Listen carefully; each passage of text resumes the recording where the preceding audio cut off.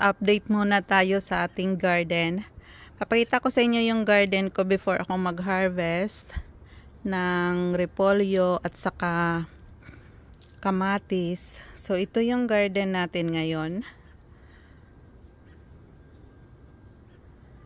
Mayroon pa akong ha-harvestin dito na celery. Ito yung celery natin. So harvestin natin yan ngayon. So mayroon akong mga ampalaya dito at upo. Saka may mga beans din. At ito yung upo natin. May mga bulaklak na din. May bunga na din. Ayan o. Maliit pa.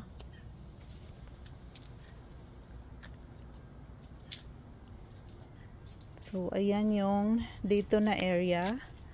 Ito yung sweet peas din.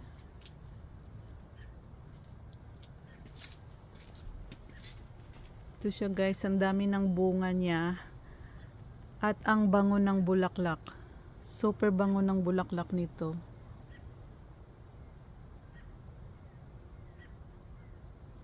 At dito na side, yung ginawa kong umbrella trellis, may mga purple beans dyan at upo din.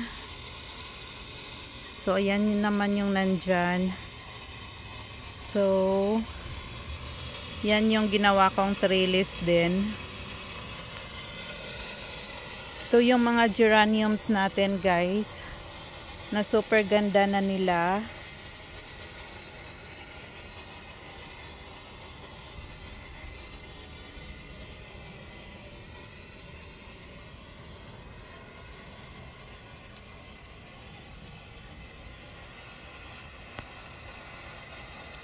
So gala ko lang kayo dito sandali before ako mag-harvest ng kamatis, celery at saka cabbage. Ito napakagandang bulaklak. Tinanim ko to mula seeds.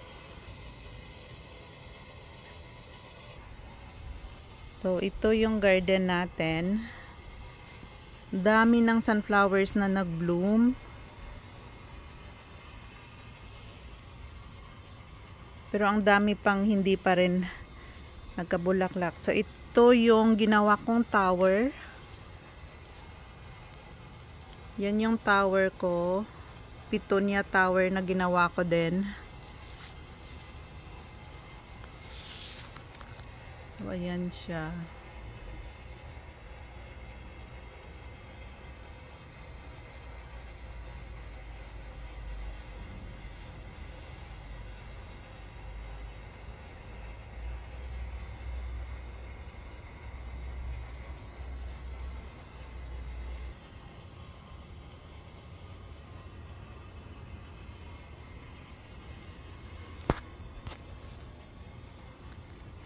Dito naman yung mga cabbage ko. At marami pa rin kamatis dito na side. Mga upo dito na side. May mga peppers dyan, kamatis.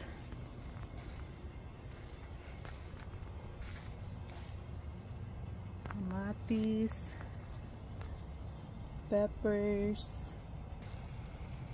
Peppers din, kamatis to, mga kamatis din yan, ang daming bunga.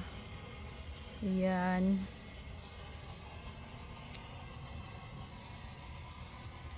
so mag-harvest ako ngayon.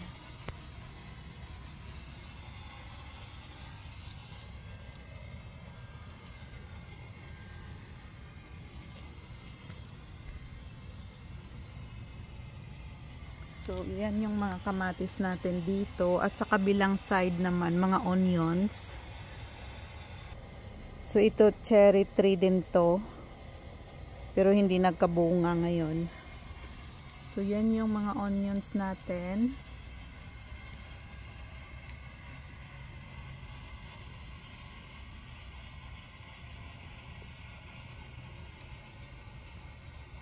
At dami nating sunflowers dito. Ayan.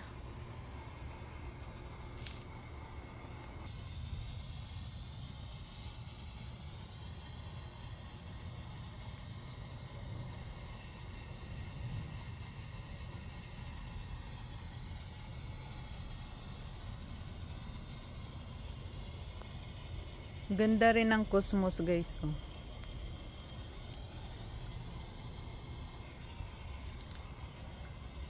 Snapdragons.